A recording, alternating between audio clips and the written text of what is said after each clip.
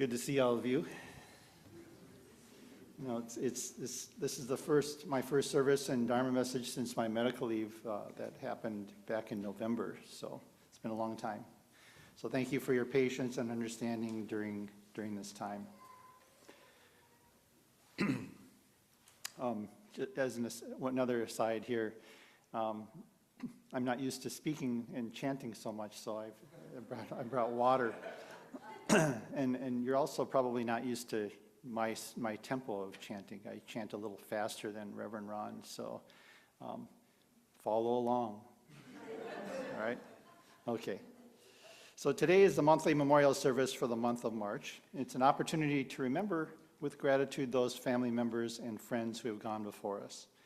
You know, in the Jodo Shinshu tradition, the memorial service is not for the benefit of the deceased, but it is for us to come together to hear the Dharma and to give a spiritual offering through the chanting of sutras, the singing of songs, the recitation of readings, and being together as a Sangha. It is a time to reflect upon our lives and express appreciation and gratitude for the many benefits we have received from those who have passed away and how we are continually being influenced by them. You know, when we face the darkness of death, we become aware of the meaning of our birth. In that sense, only when we are able to accept death can we truly celebrate our life. In this way, a sad occasion is transformed into a joyous one. A fundamental question for each of us is to ask ourselves, what kind of life are we living? A memorial service is our loved one giving us an opportunity to reflect on this question. In Japanese, these monthly services are called Shotsuki Hoyo, which means joyous month.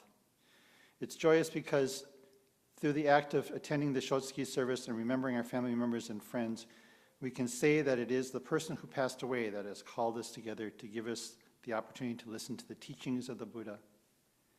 It is their gift to us. So I've had a lot of time to think during my medical leave. And as you may know, I had a spine surgery followed by a hip replacement. It's been a long road in my recovery. So you may see me hobble around it still a little bit.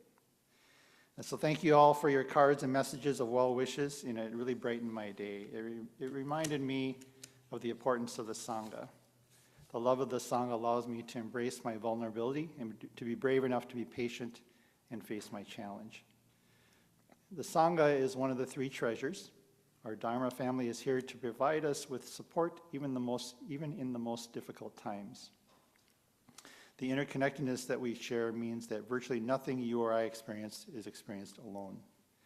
We may feel isolated at times and may even cut ourselves off from others when we are faced with struggles and hardships, but we do this to ourselves. The tears, the fears, the laughs, and the loves in our lives are shared experiences. As much as coming together can help us truly celebrate something good, it can also help us navigate the difficult times. Hopefully each of us can be the reason that someone smiles or feels even less stress. And I'm grateful to Reverend Ron, who covered for me during my medical leave, and he has been very busy. My recovery has been challenging, trying to be patient to start to feel better. And I have to admit, I've also been struggling with my mental health during this journey. You know, physical pain and mental health often go hand in hand. It made me think about what it means to be healed. So please join me in Gassho as I read the words of our founder, Shinran Shonin, from the chapter on practice in Shinran's masterwork, Kyogyo Shinsho. Even when the world is filled with a great fire, pass through it and seek to hear the Dharma. Then you will unfailingly become a world-honored one and free all beings from birth, aging, and death. Namo Amida Butsu.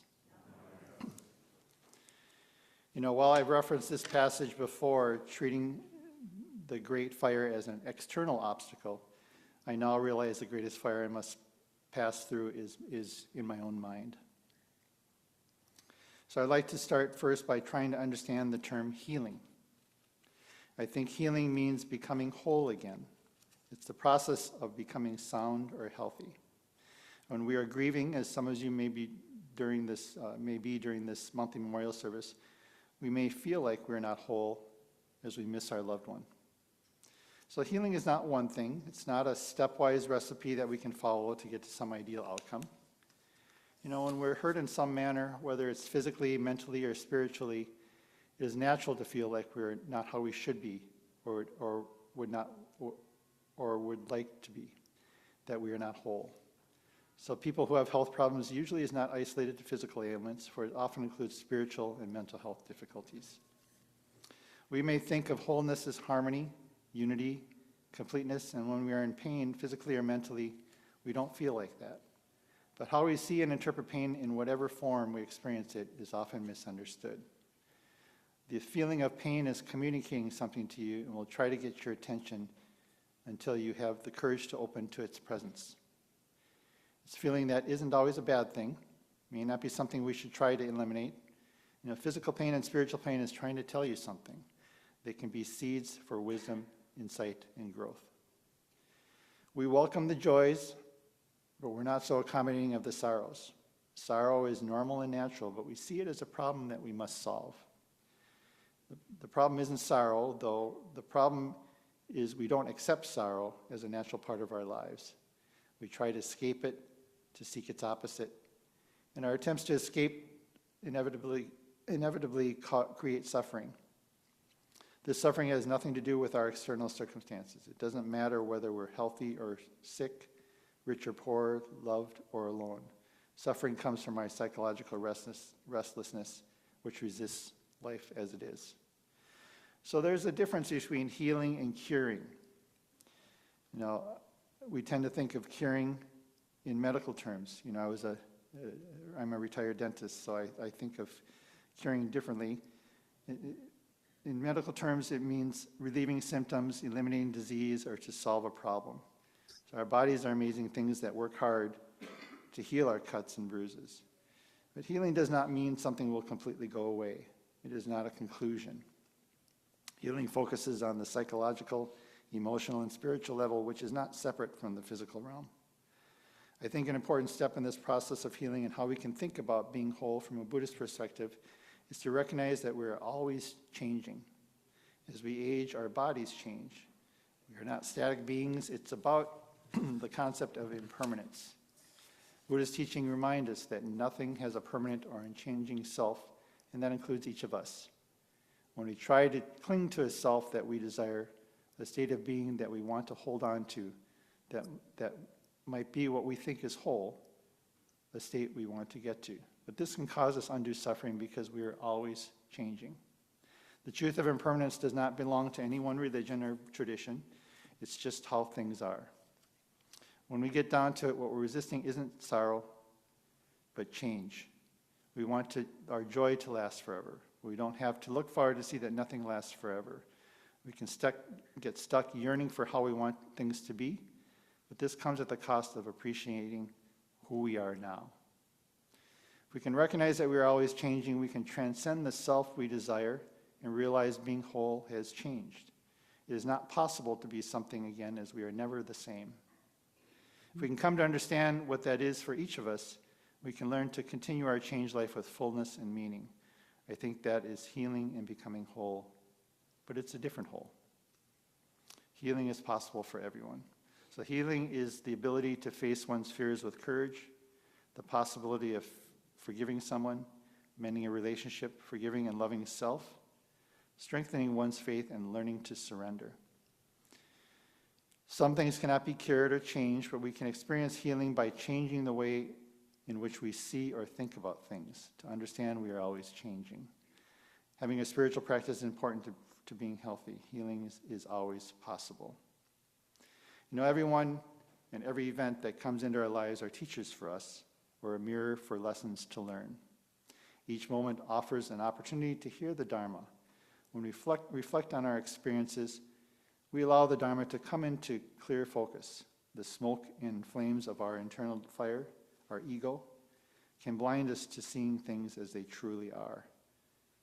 Often the lessons that break us open have the ability to heal us. We don't choose to be what the Shin teaching calls us foolish beings. Foolish beings means not realizing that our ego selves guides us in our reality.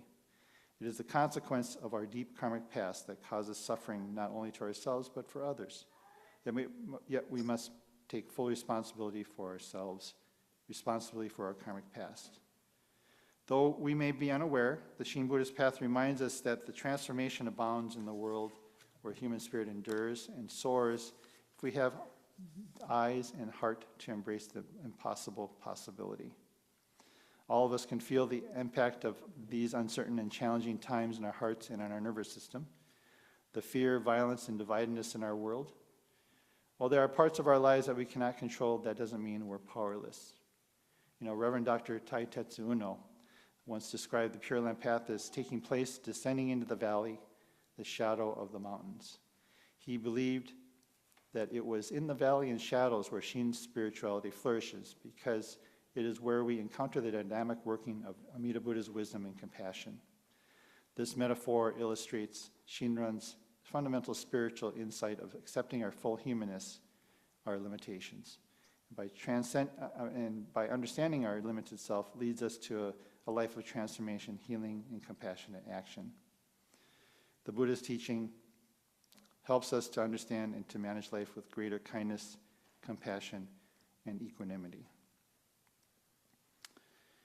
When we open our hearts to the working of Amida, we can be led out of darkness and into light. In our daily lives, we often fail to recognize these quiet moments of awakening. However, simple acts of kindness remind us that there is a light in the darkness and there is always hope for transformation and change. We simply need to open our eyes to see it.